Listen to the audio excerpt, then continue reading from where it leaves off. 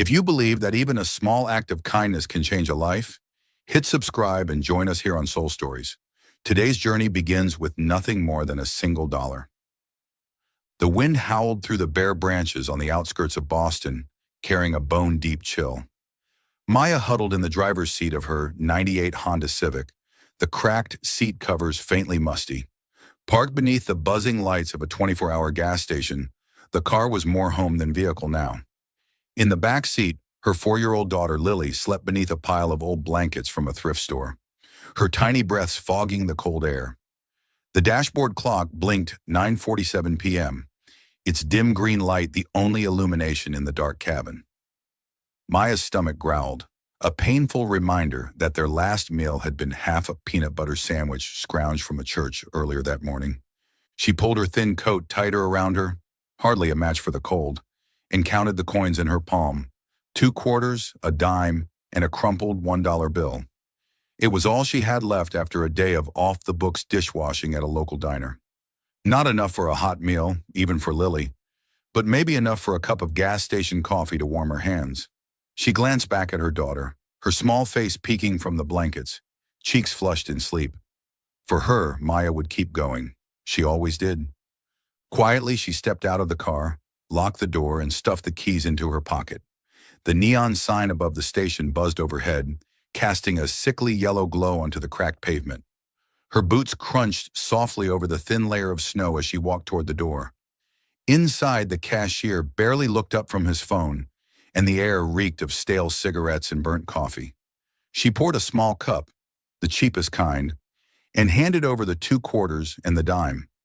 The $1 bill stayed in her pocket, a fragile lifeline she couldn't bring herself to let go of yet. As she stepped back into the cold, clutching the styrofoam cup, she noticed him, a man standing at the edge of the parking lot where the pavement met a strip of dead grass. He was tall, wearing a tailored wool coat that seemed out of place in this run-down corner of the city. His hands were shoved deep into his pockets, shoulders hunched against the wind. His face, half lit by the street lamp, looked worn out, like someone who had wandered too far from where they belonged. Maya hesitated. He didn't look like the usual drifters she saw around the station, but there was something about his stillness that caught her attention. She walked over slowly, boots scraping against the ground. "Hey," she said, her voice soft but steady. "Are you okay?" The man turned, startled, his eyes meeting hers. They were pale gray, sharp but clouded with something she couldn't quite place, maybe sorrow or exhaustion. Up close, she saw the lines around his mouth, the stubble on his chin. He was older than her, probably in his 30s, but carried the weight of someone much older. "I'm fine," he said, his voice low and clipped. He looked away toward the empty road. Maya frowned. His coat was expensive, his shoes polished despite the slush, but his hands were empty. No phone, no wallet, nothing. She'd seen enough desperate people to know when someone was stuck, even if they didn't look it. "You sure? It's freezing. Do you need to call someone? Get a cab or something?" He shook his head, a bitter, hollow smile flickering across his lips. "No cabs, no one to call." Her chest tightened.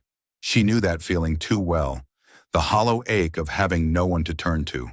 She hesitated, her fingers brushing the crumpled bill in her pocket. It was all she had, the last line between her and utter despair. But this man, standing alone in the bitter cold, looked like he needed it more. Maybe it would get him a bus ticket or a cup of coffee to get through the night. "Here," she said, pulling out the worn bill and holding it toward him. "It's not much, but it might help. There's a payphone inside if you need to call someone." His eyes widened, moving from her face to the bill in her hand. For a moment, he didn't move, as if her gesture had frozen him in place. "You don't have to do that," he said, his voice softer now, almost disbelieving. "I know," Maya replied, looking straight into his eyes, "but sometimes even a little can help." She pushed the bill closer, her fingers trembling from the cold. He looked at her, unreadable, then shook his head again. "Keep it. You need it more than I do." She bristled, not at the words but at the truth in them. The worn coat, the dark circles under her eyes, the shaking hands, they told a story she couldn't hide.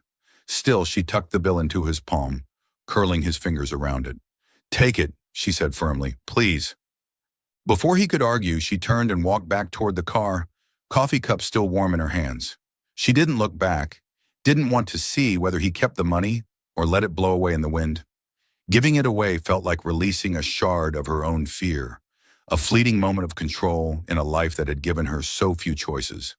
Back in the car, she slipped into the driver's seat and checked on Lily, still fast asleep, clutching a one-eared stuffed bunny. Maya leaned her head back, the warmth of the coffee sinking into her hands. She thought of the man out there, wondering where he would go, whether he'd be okay. She didn't know his name, didn't know his story, but for a brief moment their lives had touched. Two strangers connected by a dollar bill in a flicker of shared humanity. Across the lot, Julian Roth stood motionless, the crumpled bill still in his hand. The cold bit at his face, but he barely felt it. His mind replayed the encounter, the woman's tired eyes, her quiet determination, the way she had given away the last of what she had without a second thought. He had come to this forgotten corner of the city to escape, to test a world he no longer believed in. People were selfish, he had told himself. Kindness was a myth, a transaction dressed up in virtue, and yet this woman, with nothing but her name, had proved him wrong. He looked down at the dollar, the paper softened by countless hands. It felt heavier than it should, weighted by her sacrifice. He tucked it into his coat pocket, his fingers lingering on the edge. For the first time in months, something stirred in his chest. Not quite hope, but a crack in the armor he had built around himself. As Maya's car sat quietly in the lot, windows fogged with breath, Julian turned and walked into the darkness. He didn't know her name, didn't know where she came from or where she was going. But he knew one thing. He would find her again. Not to repay her, not out of pity, but because in her act of kindness, she had reminded him of something he thought he'd lost forever. Julian Roth sat in his office on the 47th floor of a gleaming glass tower in downtown Boston, the city lights below stretching out like a glittering artificial carpet. The computer screen in front of him displayed financial reports, numbers dancing across the display, unread and ignored. His mind drifted, pulled back to that freezing night at the gas station on the outskirts of town, to the tired yet resilient eyes of the woman who had handed him a crumpled $1 bill. That bill now sat in his wallet, not to be spent, but as evidence, a reminder of something he couldn't yet name. Julian's life had once been a string of victories, CEO of Roth Enterprises at 34, the head of a real estate and tech empire worth billions. But in recent months, everything had collapsed. His longtime girlfriend, Claire, had betrayed him with his closest business partner. His younger brother, Ethan, the only person he had ever truly trusted, had taken his own life after years of struggling with depression. Those losses had shredded Julian's faith in people. He had grown cold, closed off, viewing the world through a lens of suspicion. And then, the woman at the gas station, someone with nothing but kindness, had cracked the wall he'd built around himself. He stood up, grabbed his coat, and left the office, ignoring the curious stares of his employees. His personal driver, Marcus, was already waiting beside a sleek black Bentley.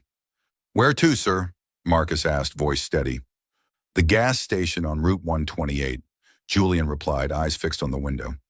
Marcus didn't ask questions, just nodded and merged into the night traffic. The gas station looked the same as that night, the neon sign still buzzing, the air thick with the scent of gasoline and cold. Julian stepped inside, his tailored wool coat once again out of place in the rundown setting. The cashier, a wiry young man with messy hair, looked up from his phone. "What do you need?" the kid asked, voice uninterested. "I need to see the security footage from Tuesday night," Julian said calmly, with a tone that didn't allow for refusal. He pulled out a $100 bill and placed it on the counter. "Just a few minutes." The cashier looked at the bill, then back at Julian, clearly weighing the decision. Finally, he shrugged and led Julian into a small back room, where an aging monitor displayed the grainy feed from the cameras. Julian watched intently, rewinding to the footage from that night. His heartbeat quickened when he saw himself, standing at the edge of the lot. And then her, the woman with the tousled brown hair and worn coat, approaching with a cup of coffee in hand. She said something, then held out the dollar bill.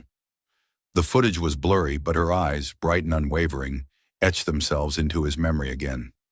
"Does she come around often?" Julian asked, eyes still locked on the screen. "The woman?" The cashier shrugged. "Sometimes. Lives in that old car parked out back. Bluish Honda Civic. Has a kid with her." Julian nodded, absorbing every detail.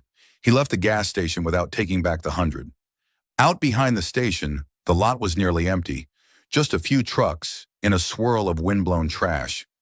He walked along the row of vehicles, his pulse quickening as he spotted the old Civic, its windows fogged from breath inside. He stopped a few steps away, suddenly feeling like an intruder. Inside the car, Maya sat holding Lily close to keep her warm. Tonight was colder, and the gas tank was nearly empty, which meant no heat. She had just finished telling a story about an adventurous bunny, her voice soft so as not to wake her daughter. Suddenly, a shadow appeared outside the window, startling her. She tightened her arms around Lily, heart pounding. The man, the one from the other night, with the expensive coat and gray eyes, was standing there, staring into the car. She rolled the window down a crack, just enough to speak. "What do you want?" she asked sharply, her tone laced with the protectiveness of a mother. Julian raised his hand, signaling he meant no harm. "I'm not here to bother you," he said, voice deep and slow. "I just wanted to thank you for that night." Maya frowned, the memory of the $1 bill flashing in her mind. "I don't need thanks. Just glad you're okay." She started to roll the window back up, but he spoke again. "I can help you," he said, his tone sincere but hesitant. "You and the little girl, you shouldn't have to live like this."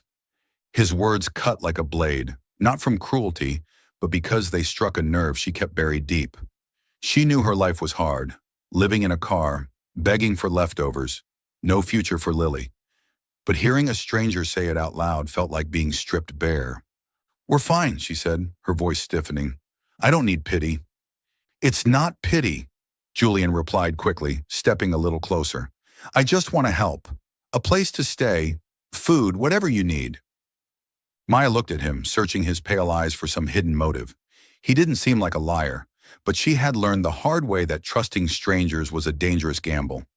Lily's father, who once promised her the world, had vanished the moment she got pregnant. Others, neighbors, old coworkers, had turned their backs when she lost her job after a car accident. The world was not kind, and she couldn't afford to risk Lily's safety. "Thanks, but no," she said firmly. "We can take care of ourselves." She rolled the window back up, ending the conversation. Julian stood still as the window closed. He wanted to say something, to convince her, but the words caught in his throat. He knew he had no right to push, no right to interfere in her life.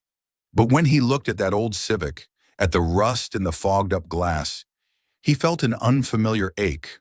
Not pity, but helplessness.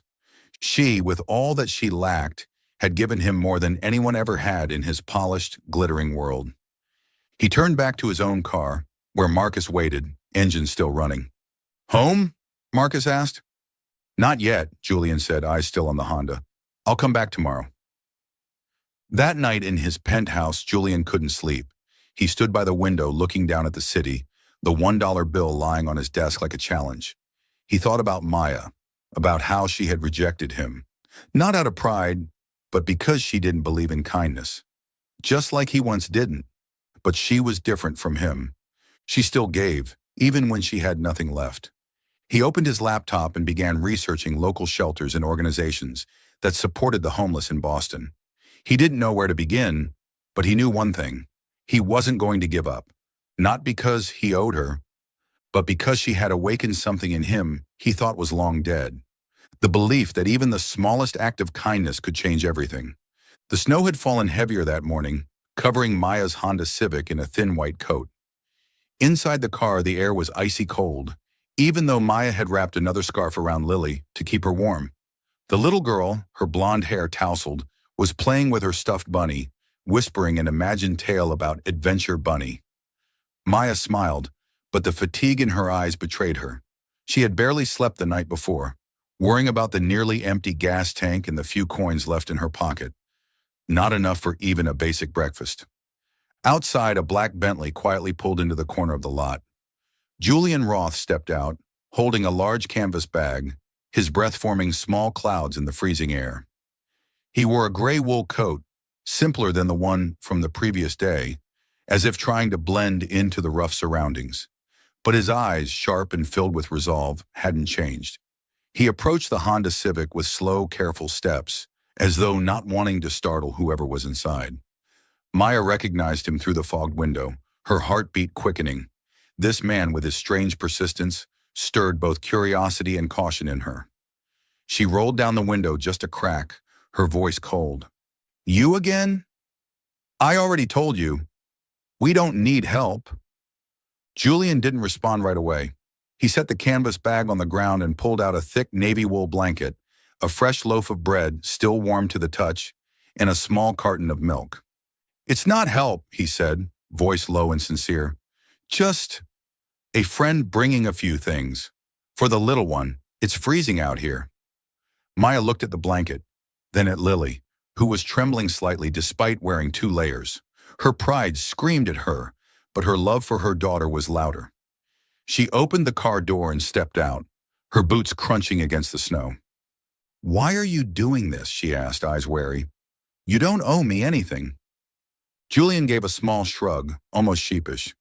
"You gave me something. I just want to give something back." He held the blanket out to her, his gaze gentle but unwavering. Maya hesitated, then took it. She returned to the car and wrapped the blanket around Lily, feeling the softness and warmth of the wool. Lily beamed, hugging the blanket as if it were a treasure. "Mommy, it's so warm," she squealed, making Maya's heart ache. She turned back and quietly accepted the bread and milk from Julian. "Thank you," she murmured. From that day on, Julian came by every day, always on time like clockwork. Sometimes it was a bag of apples, other times a pair of gloves for Lily, or a thermos of hot water so they could stay warm. He never forced her to take anything, just left the items quietly and chatted with her like an old friend. Maya, though still guarded, began to grow used to his presence. Once she even caught herself waiting for him, though she wouldn't dare admit it. One afternoon when the snow had stopped and weak sunlight broke through the clouds, Julian sat on an old wooden crate near the car, splitting a loaf of bread with Maya. Lily was napping inside, curled up with the navy blanket. "You don't talk much about yourself," Julian said gently, "but I'd like to listen. If you ever feel like sharing." Maya looked at him, her gaze uncertain. It had been a long time since she talked about the past, a wound that never quite healed. But there was something about Julian, the way he listened without judgment, that made the words come out. "I used to be a nurse," she began quietly. "Worked at St. Mary's Hospital. It wasn't a dream job, but it was enough for me and Lily to live okay. Then, there was a car accident, a drunk driver. I fractured a few ribs, couldn't work for months. The hospital bills piled up, and I couldn't pay rent. Eventually, it was just me in this car." Julian listened without interrupting, and a flicker of pain passed through his eyes. He thought of his own life, full of privilege, yet empty, and felt a quiet respect for the woman sitting across from him. "You're stronger than you think," he said sincerely. "Not everyone would keep fighting the way you have." Maya gave a small, tired smile and shook her head. "Fighting? I'm just trying not to let Lily go hungry." But deep down, his words touched her, a small light breaking through the darkness. Snow still drifted lightly over the back lot behind the gas station, dusting Maya's Honda Civic in a thin white layer. Inside the car, the air was bitterly cold despite Maya having tightly wrapped Lily in the navy wool blanket Julian had brought weeks ago. The little girl, playing with her stuffed bunny, let out a big yawn, her eyelids heavy with sleep. Maya watched her, heart weighed down. Life in the car, though familiar by now, was still a painful reminder that she hadn't yet given Lily the life she deserved. Every night Maya lay awake worrying about tomorrow, about food, about the cold, about a future that felt more uncertain each day. Julian appeared that morning, as he had become a routine presence, carrying a bag of fresh bread and a thermos of hot coffee. He tapped gently on the car window, his expression softer, yet carrying a new kind of resolve. Maya cracked the door open, surprised to see not just food in his hands, but a rare seriousness in his face. "Maya," he began, his voice calm but firm, I want to talk. About you and Lily. She frowned, guardedness rising. What about us? She asked, unconsciously tightening the blanket around Lily. Julian took a deep breath, as if preparing to take a leap. I know you don't want charity, I get it, but I want to help you and Lily find a place to stay. A small apartment, on Elm Street, not far from here. I'll pay the rent for the first year. Lily can go to preschool. You'll have time to rebuild. His words hit her like a slow-burning fuse. An apartment? A real home? With walls, a door, and hot water? The thought felt like both a dream and a trap. She shook her head, her voice unsteady. No, Julian, I can't. It's too much. I don't want to owe you. It's not a debt, Julian replied quickly, stepping closer, his eyes so sincere she had to look away. It's for Lily. She deserves a bed, a safe place. You don't owe me anything. Just let me do this. Maya looked at Lily, still smiling at her stuffed bunny, unaware of the conversation that might change her life. Maya thought of the cold nights when she held her daughter close just to keep her warm, the days she skipped meals so Lily could have a bite of bread. Her pride screamed, but her love for her daughter was stronger than anything. She took a deep breath, tears threatening to spill, and whispered, Okay, but only for Lily. The day they moved in, it was still cold, but the sun peeked weakly through the clouds as if trying to welcome them. Julian drove them to Elm Street, a quiet road lined with old oak trees and modest homes. The apartment was on the second floor of a red brick building, with creaky wooden stairs and a hallway that faintly smelled of fresh paint. When Julian opened the door, Maya stepped inside, heart pounding. The apartment was small but clean, with a tiny living room, a compact kitchen, and a bedroom just big enough for a full bed and a child's bed. Cream-colored walls reflected the sunlight, and a weathered wooden table sat by the window, overlooking the snow-covered street. There was a small bathroom with a simple sink and a shower, which Maya looked at as if it were a miracle. Julian stood silently in the doorway, letting her and Lily explore on their own. Lily darted straight to the bedroom, squealing when she saw the little bed with pastel sheets and pillows. Mommy, look! My bed! She shouted, leaping onto the mattress and hugging a pillow tight. Maya smiled, but the smile faded as she stepped into the bathroom. She turned the faucet on, and warm steam rose from the tap, curling around her fingers like an embrace. It had been over 2 years since she'd felt hot water on her skin, and that simple luxury overwhelmed her. She locked the bathroom door, leaned back against the wall, and let the water run over her hands. The tears came quietly at first, then in heavy, uncontrollable sobs. She cried for the years spent living in a car, for the nights she feared Lily might not make it through the cold, for the shame of feeling like she had failed as a mother. But she also cried in gratitude, for Julian, for this chance, for the glimmer of hope that she might rebuild. Her tears mixed with the steam, and for that moment she let herself dissolve, grieving, but also letting go. Outside, Julian stood in the living room, hands in his pockets, listening to the muffled sobs through the door. He didn't knock, didn't say anything, just stood there, his chest heavy. He thought of the money he'd spent on this apartment, a small sum for someone like him, and realized it was nothing compared to the kindness Maya had given him that night at the gas station. Money could buy a roof, but only kindness could reach the heart. Maya had taught him that. When Maya came out, eyes red but composed, she found Julian in the kitchen, quietly unpacking a bag of groceries, milk, bread, pasta, and a jar of tomato sauce. I thought you might want to cook something tonight, he said awkwardly. A real meal. She looked at him, wanting to say something. Thank you, I'm sorry, or to explain her tears, but the words caught in her throat. Instead, she simply nodded and whispered, Thank you, Julian. Really? He smiled, a rare, genuine smile. You don't need to thank me. Just keep letting Lily laugh like that. He nodded toward the bedroom, where the little girl was stretched across her new bed, pretending to sleep with her bunny tucked under her chin. I'll go now, Julian said. If you need anything, just call. As he left, Maya stood in the middle of the apartment, holding Lily as the child ran into her arms. She looked around, the walls, the beds, the hot running water, and felt something unfamiliar: safety. For the first time in years, she didn't have to worry about tonight or tomorrow. She knew the road ahead was still long, but this apartment, small as it was a beginning.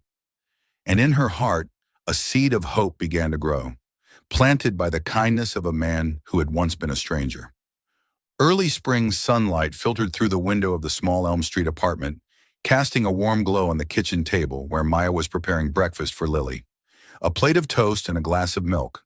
Simple, yet for the two of them, it felt like a luxury. Maya watched Lily, who was humming a made-up song while coloring on a piece of paper, and for the first time in a long while, her heart felt light. This apartment, small as it was, had given them a new beginning. But deep down, Maya knew she needed more. A job, a way to stand on her own, not relying on Julian's kindness forever. As if he had read her thoughts, Julian showed up one morning with a new offer. He stood at the door holding a paper bag filled with pastries, his expression a little sheepish. "Maya," he began, "I have a friend who manages a cafe downtown. They're looking for a part-time worker. Nothing too heavy, just serving and cleaning up. I thought maybe you'd be interested." Maya paused mid-pour, milk carton in hand. A job? The idea excited her and terrified her. It had been 2 years since she last worked as a nurse, and the car accident had stolen much of her confidence. I don't know," she said hesitant. "I don't have cafe experience. And Lily—" "It's just mornings," Julian interrupted gently. "While Lily's at preschool, the manager's name is Sarah. She's kind and trustworthy. Just give it a try." Maya looked into his eyes, searching for any hint of pity, but all she saw was sincerity. She took a deep breath and nodded. "Okay, I'll try." On her first day at the cafe, Maya's hands trembled as she tied on her apron. Brew Haven sat on a busy street corner with red brick walls and the rich scent of freshly roasted coffee drifting through the air. Sarah, the manager, was a warm, middle-aged woman with a kind smile who walked Maya through the basics of making cappuccinos and taking orders. Maya stumbled at first, spilled a latte, mixed up an order, but slowly she found her rhythm. Every customer's smile, every small compliment from Sarah became a brick in rebuilding her confidence. Julian often stopped by, not overtly, just enough to check on her. He'd sit in a corner, pretending to read the newspaper, but his eyes always drifted toward Maya. She found that his presence no longer made her nervous. Instead, it felt like an anchor, a quiet reminder that she wasn't alone. One evening after her shift, Julian invited Maya and Lily to dinner at a nearby family restaurant. "Just pizza," he said with a casual shrug, as if it were nothing. But to Lily, it was a grand adventure. She clutched Julian's hand and called him Mr. Warm because of the blanket he'd once brought, chattering excitedly about preschool. Maya watched her daughter, then looked at Julian, her heart swelling with gratitude, and something deeper she wasn't quite ready to name. In the restaurant's soft golden lighting, a steaming cheese pizza sat at the center of the table. Lily drew circles on a napkin with a crayon while Maya and Julian talked. She told him about her day at work, about a customer who had tipped her $5, and her smile shone. No trace of the fear that had once haunted her. Julian watched her, heart racing. In that moment, with Maya's smile lighting up the room, he realized he didn't just want to help her. He wanted to be with her. He wanted to see that smile every day. For the first time in years, Julian felt a strange sense of peace, as if a fractured piece of his soul was slowly beginning to mend. Everything seemed to be falling into place, until one afternoon, as Maya was clearing a table at the cafe, a familiar face walked through the door. It was Carla, a former co-worker from St. Mary's Hospital, someone Maya hadn't seen since she lost her job. Carla, with her glossy blonde hair and lively voice, threw her arms around Maya. "Oh my God, Maya, I thought you'd vanished off the face of the earth." They sat down during Maya's break and chatted about old times. Carla asked about Maya's life, and she shared the basics, about the apartment, the new job, and a friend who had helped her. When she mentioned Julian's name, Carla's eyes widened. "Julian? You mean Julian Roth? The guy who comes in here wearing a gray coat, looking like he just stepped out of a magazine?" Maya nodded, slightly confused. Yeah, that's him. Why? Carla let out a laugh as if Maya had just told a joke. Why? Maya, you're talking about Julian Roth, CEO of Roth Enterprises. He's a millionaire, owns half this city. You didn't know? The world stopped spinning. Maya felt the blood drain from her face, her hands trembling. Julian? Just a regular office guy? No, he was a CEO, someone from a world she had no access to. Everything he had done, the apartment, the job, the dinners, suddenly felt like charity. The pity of a wealthy man for a homeless woman. She felt like a fool, a puppet in his well-meaning game. I have to go, Maya mumbled, standing up. Carla called after her, but she didn't hear. One thought pulsed in her mind. She had allowed herself to trust him, and now she felt betrayed, even though he had never lied. Maya stood frozen in the cafe, the coffee cup in her hand gone cold. Carla's words echoed like a knife. Julian Roth, CEO of Roth Enterprises. He's a millionaire, owns half the city. Each word cut deeper, shredding the fragile illusion Maya had been clinging to these past weeks. She felt dizzy, as if the ground beneath her feet had given way. Julian, the man she thought was just a kind soul with tired gray eyes, wasn't who she believed. He was a stranger, someone from a world she only saw on TV, a world people like her didn't belong in. She clenched her apron, fingernails digging into her palms to keep from shaking. Memories of the past weeks played in her mind like a painful reel. The warm blanket he'd brought, the apartment on Elm Street, the cafe job. She had believed it was kindness, a bond between two people who had touched the bottom of pain. But now everything looked different, cold, calculated. He wasn't a companion, he was a millionaire. And she was just a charity case, a wounded sparrow he picked up to feel better about himself. That truth stabbed her deeper than any hurt she'd known. She thought about Lily, her daughter's radiant smile when she called Julian Mr. Warm. Maya had let her daughter, the most precious part of her, open up to someone she didn't truly know. The fear that overwhelmed her wasn't about Julian causing harm. It was that she had trusted him, believed in a world where kindness didn't come with strings. She'd once believed that, with Lily's father, and it had left her with a shattered heart and a child to raise alone. History was repeating itself, and she felt foolish and weak. Tears threatened to rise, but Maya bit her lip and forced them down. She couldn't fall apart. Not here, not in front of Carla, or the customers chatting nearby. But inside she was torn in two. One part wanted to run to Julian, to demand the truth, to believe he hadn't meant to deceive her. The other part wanted to build a wall, to lock her heart so it could never be hurt again. The distance between her and Julian wasn't just about money or status anymore. It was a chasm of shattered trust, and she didn't know how to cross it. From that day on, Maya began to pull away.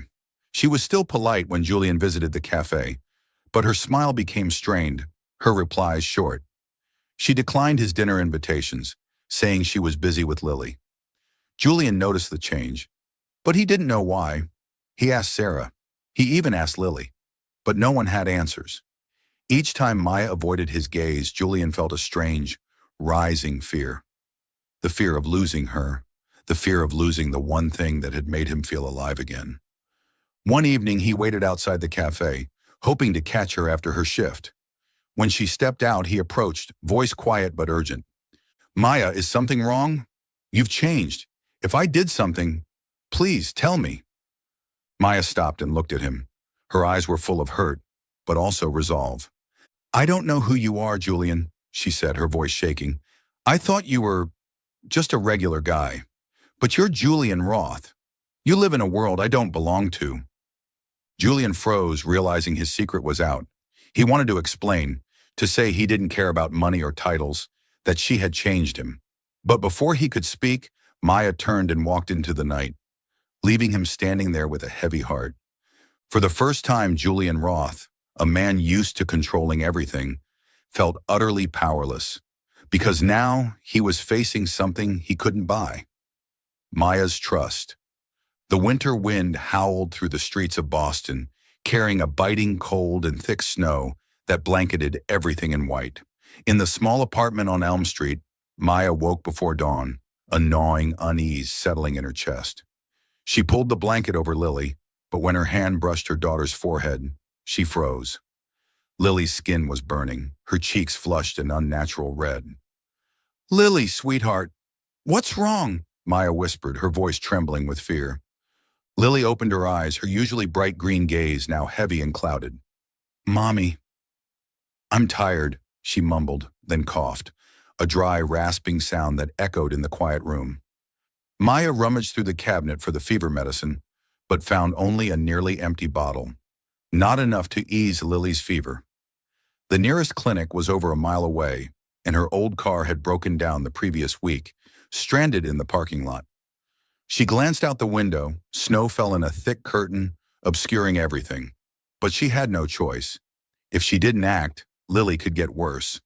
She wrapped Lily in the green wool blanket Julian had brought weeks ago, lifting her small, trembling body into her arms. Maya tried calling Julian, but her phone had died the night before, leaving her with no way to reach him. A flicker of despair crossed her mind, but she pushed it aside, clutching Lily tightly and stepping outside. The cold bit into her skin, piercing through her thin layers and worn boots. Snow reached her ankles, each step a battle against the wind, and the fear screaming in her heart. In her mind, painful memories surged, nights clutching Lily in the car, praying she wouldn't fall ill. Days watching her daughter go hungry, powerless to help. She had vowed never to let Lily suffer again, but now carrying her through a blizzard, she felt like a failure once more. "I'm here, baby," she whispered, her voice breaking in the wind, tears threatening to spill. "Everything's going to be okay." But she wasn't sure if she was comforting Lily or herself. The road to the clinic felt endless. Snow clung to her hair and coat, weighing her down. Lily nestled against her chest, her breaths faint, and Maya's heart felt like it was being crushed. She stumbled on a patch of ice, nearly dropping Lily, but tightened her grip and stood, biting back the pain in her knee. She couldn't stop. She couldn't give up. Yet deep inside, a small voice whispered, "I'm not strong enough. I've never been enough." Just when she thought she might collapse, a figure emerged through the snow. Tall, familiar, wearing a gray coat. Julian. He ran toward her, his face pale with worry, eyes wide as he saw them. "Maya!" he called, his voice urgent, cutting through the wind. "I've been looking everywhere for you. Sarah said you didn't show up at the cafe and your phone wasn't working." His words faltered when he saw Lily in her arms, his gray eyes flashing with panic. Without another word, he shrugged off his coat, wrapping it around mother and daughter, then pulled them both into his arms, shielding them from the wind. His warmth seeped into Maya, but it was his presence, like a beacon piercing her darkness, that broke her. Tears spilled down her frozen cheeks, mingling with the snow. "I'm scared, Julian," she sobbed, her voice shattered. "I'm scared you're only pitying me. I'm scared I'm not enough for you." Julian held her tighter, his arms steady despite the howling wind. He leaned down, meeting her eyes, his gray gaze filled with pain, but also an unmistakable love. "Pity?" he said, his voice low but resolute, like a vow. "Maya, I've never seen anyone as strong as you. You fought through everything. For Lily, for yourself. You're the reason I believe in life again." He paused, his voice softening to a near whisper. "I'm here not to save you.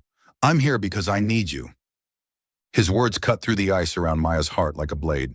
She leaned into his chest, tears soaking his shirt, feeling the steady beat of his heart against the wind. In that moment, amidst the thick snow, she no longer felt like a failed single mother or someone receiving pity. She felt loved, valued, not for what she had or didn't have, but for who she was. For the first time, she allowed herself to believe that maybe, just maybe, she deserved this love. Julian guided them to the clinic, staying by their side as the doctor examined Lily. The fever was due to a throat infection, but the doctor assured them that with medicine and rest, she'd recover. Julian sat beside Maya in the waiting room, holding her hand, saying nothing but offering a presence that calmed her fears. When they returned to the apartment, Lily was asleep in Maya's arms, her breathing steadier thanks to the medicine. Julian brewed hot tea, setting it on the kitchen table, then stood at the door as if reluctant to intrude. "Thank you," Maya said, her voice soft but sincere. She looked at him, meeting his gaze without flinching for the first time. Not just for today, for everything. Julian smiled, a gentle, genuine smile. "Don't thank me, Maya. Just let me stay by your side." He stepped outside, leaving her with Lily and a new feeling. Hope. In Maya's heart, a door had cracked open, leading to a future she had never dared to dream of. The warm golden light from the chandelier in the small Elm Street apartment cast a gentle glow over the dinner table, where Maya, Julian, and Lily shared a simple meal, pasta with tomato sauce and a bowl of salad. Lily, her cheeks smeared with sauce, rambled on about a bird at preschool, making Julian chuckle. Maya smiled, but the smile didn't reach her eyes. Inside, a quiet storm had been brewing, growing steadily since she and Julian had officially become a couple a few weeks earlier. Their relationship had started as a flicker, kindled by moments of sincerity, quick hand touches, late-night talks over tea, surprise hugs in the snow. Maya had opened her heart, just a little, hoping she might be worthy of this happiness. But Julian's world, a world of power, wealth, and constant spotlight, was starting to smother that flicker. It began when she overheard a conversation at Brewhaven. Two customers, clearly corporate types, were whispering about Julian Roth and the homeless girl. They snickered, calling her his latest toy, something amusing until he got bored. Maya stood behind the counter, gripping her dish towel, feeling stripped bare under the weight of a city's scrutiny. She tried to brush it off, told herself it was just gossip, but the seed of doubt had been planted. Then one morning, while scrolling her phone on break, a tabloid headline hit her like a punch. "Millionaire Julian Roth infatuated with homeless single mom, love or charity project." The article dug into her past, life in the car, months of begging for leftovers, and twisted it into something cheap. They called her a gold digger, implying she had exploited Julian's kindness to climb the social ladder. Worse, the article included a blurry photo of her and Lily, snapped without permission as they left the apartment, making Maya feel like her private life was now a public circus. Her hands trembled as she read, breath caught in her throat. Each word felt like a blade, slicing through what little self-worth she had rebuilt. But what hurt most wasn't the insults. It was the fear that she was dragging Julian down. He was a CEO, a man with an empire built on reputation. And her? She was a single mom who once slept in her car and counted pennies for milk. How could she possibly belong in his world? How could she let him risk everything, his career, his name, his future for her? That fear clung to her like a shadow. Every time Julian came into the cafe, she noticed the customers' glances, at him, then at her, with curiosity or quiet contempt. She imagined the whispers at Roth Enterprises, boardroom disapproval, headlines yet to come. She thought about Lily growing up under the judgmental gaze of the world, being called the gold digger's daughter. The thought choked her, like someone was slowly crushing her chest. She began pulling away. When Julian invited her and Lily to dinner, she claimed exhaustion or said she needed to care for her daughter. When he reached for her hand, she gently pulled away, pretending to be busy cleaning or making coffee. Julian noticed the change. His eyes darkened with hurt, but he didn't push. He remained patient, still brought pastries for Lily, still sat quietly in the corner with a cooling cup of coffee, waiting for her to say something. But Maya couldn't. Every time she looked at him, she saw a world she didn't belong to, and the fear of destroying him overwhelmed any hope of love. One night after Lily had fallen asleep, Maya sat on the sofa, clutching a lukewarm cup of tea. Her gaze landed on a photo on the table, a Polaroid Julian had taken during their day at the park, all three of them laughing freely. Her smile in the photo now felt like a cruel reminder of what she was about to lose. What would you do if you were in Maya's shoes? Leave a comment below. We'd love to hear your thoughts. She thought of everything Julian had done, the blanket, the apartment, the job, that embrace in the snow. He had given her a new life, but she couldn't let him pay the price. She couldn't let their love become a stain on his name. She stood, picked up a sheet of paper, and began to write, her hand trembling. Julian, thank you for everything. You gave Lily and me more than I ever dreamed possible. But I can't let you get hurt because of me. I don't belong in your world, and I won't drag you down. Lily and I will be okay. Please don't look for us. Tears fell onto the page, blurring the ink, but she folded the letter and placed it on the kitchen counter. The next morning, as a pale dawn filtered through the curtains, Maya packed a few clothes into an old bag. She lifted Lily, still groggy with sleep, and quietly left the apartment. Snow was falling again, gently covering the sidewalk. But this time there was no Julian to shield them. She clutched her daughter tightly, silent tears rolling down her cheeks, her heart breaking with each step. She knew she was doing the right thing, protecting Julian, protecting Lily, protecting herself from a world that would never accept her. But every step away from that apartment, from him, was another cut into her soul. And she wondered if she would ever stop feeling this pain, or if it would always be the cost of loving a man she could never truly have. The snow had stopped, leaving Boston draped in a shimmering white coat under the pale winter sun. Maya stood in the playground of St. Anne's orphanage, a few miles outside the city center. She wore an old coat, her brown hair tied back, hands busy handing out cookies to the children darting around her. Their laughter rang out, bright and innocent, easing the ache in her heart. It had been 2 weeks since she left the apartment on Elm Street, leaving Julian only a letter. She had come here, to a place where she could give something back to the world, just as something had once been given to her. Maya had come to the orphanage not only to help, but to hide. Every night, in the small rented room she paid for with what little savings she had left, she wrestled with memories of Julian. His gentle gray eyes, that rare smile, the warmth of his arms in the snow. But she kept telling herself that leaving was the right thing. He deserved a life free of tabloid smears, free of boardroom whispers. As for her and Lily, they would be okay. They always had been. Today she was playing tag with the kids when a figure appeared at the playground gate. She froze, breath catching. Julian. He stood there in his familiar gray coat, but his face was gaunt, his eyes sunken as though he hadn't slept in days. The children glanced at him curiously, whispering to each other, but Maya remained still, heart pounding. She wanted to run, to disappear, but her feet refused to move. Julian stepped into the yard, his eyes never leaving hers. Maya, he called, his voice hoarse, heavy with desperation and resolve. I've looked everywhere for you. Sarah said you might be here. She stepped back, wrapping her arms around herself like armor. You shouldn't be here, Julian, she said, voice trembling. I made it clear in the letter. You need to move on with your life. Julian shook his head and took a step closer. My life means nothing without you. He stopped just a few feet away, pain etched in his face. You think you're protecting me, but you're wrong. I don't care about the board, the media, or anyone else. I only care about you and Lily. His words cut through the wall she had built around her heart. She shook her head, tears welling. You don't understand, Julian. I don't belong in your world. I'll only hurt you, drag you down.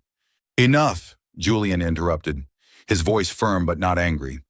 He dropped to one knee right there in the middle of the playground, in full view of the wide-eyed children. From his coat pocket, he pulled out a small box and opened it, revealing a simple silver ring, unflashy, unpretentious. Maya, I don't want you to be anyone else. You don't need to belong to my world, because you are my world.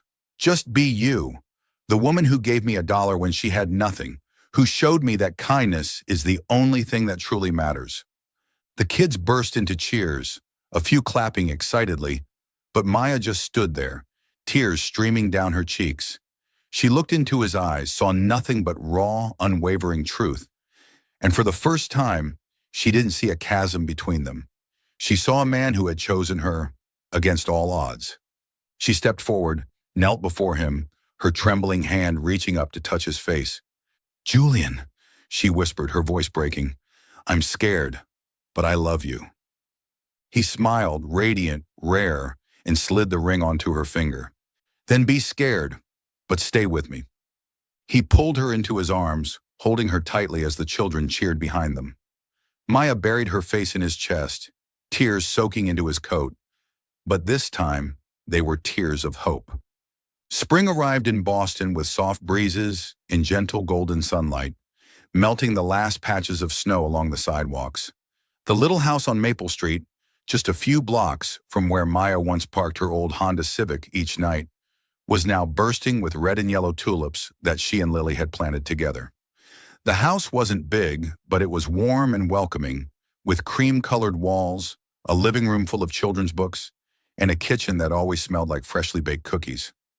It was the place Maya, Julian, and Lily had turned into their home. A year had passed since Julian's proposal at the orphanage, and Maya had become a woman even she could hardly recognize. Each morning she looked in the mirror and no longer saw the single mother who once shivered in the cold, counting coins to buy her child milk. Instead, she saw a strong woman with a radiant smile and eyes filled with hope. She had found herself again, not just through Julian's love, but through the journey of healing, purpose, and self-discovery. Maya was now the founder and director of Haven of Hope, a nonprofit organization that supports homeless single mothers. The idea had been born during her days volunteering at the orphanage, where she realized the kindness once given to her could be multiplied. With Julian's support, not just financially, but through his management experience and network, Maya had turned the organization into a beacon for dozens of women. She led skill-building classes, provided temporary housing, and connected mothers to job opportunities. Every time she saw a woman holding her child in a new apartment, she remembered that snowy hug from Julian, and her heart overflowed with gratitude. Lily, now 5, had blossomed into a bright, bubbly girl with golden pigtails and eyes that sparkled just like her mother's. She attended a nearby preschool where she proudly told her classmates about Daddy, the name she called Julian with all the love of a child. Julian, once the cold and distant CEO, had become a tender, attentive father, spending hours building block towers or reading Adventure Bunny stories. He had even learned to tie her hair, albeit clumsily, much to Maya's amusement every time she watched him try. One spring afternoon, the family of 3 sat in their backyard under the shade of a large oak tree. Lily was chasing a butterfly, her laughter ringing like wind chimes through the breeze. Maya and Julian sat together on a wooden bench, fingers interlaced. She rested her head on his shoulder, soaking in his familiar warmth. "Did you ever think we'd end up here?" she asked softly. "From $1 to this?"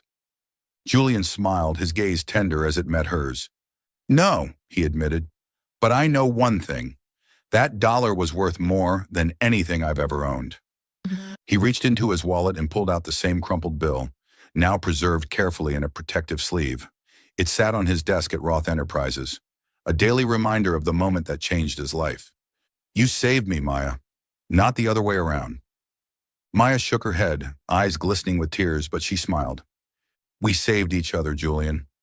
I used to think kindness was a luxury, something only the fortunate could afford. But you showed me it doesn't take much. Just a sincere heart." They sat in silence, holding that truth between them, until Lily ran over and leapt into Julian's lap. "Daddy, come catch butterflies with me," she squealed, tugging his hand. Julian laughed and stood up, chasing her through the grass, pretending to trip and fall just to make her giggle louder. Maya watched them, her heart brimming with a joy she had once believed impossible.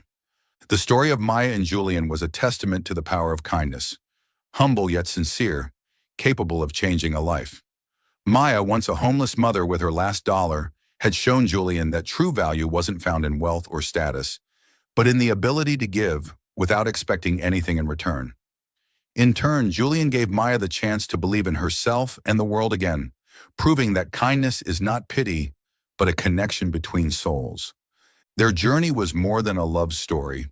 It was a reminder that even in the darkest moments, a single act of compassion, a crumpled dollar, a hug in the snow, can plant the seed of hope. And kindness, when rooted in true love, doesn't just heal, it builds futures. From strangers at a gas station on a freezing night, Maya and Julian had built a home, a family, and a legacy of kindness, reminding us all that sometimes the smallest things hold the greatest power. If this story touched your heart, don't forget to like, share, and hit subscribe for more true-to-life love stories from Soul Stories. Because sometimes the smallest moment can lead to the greatest love.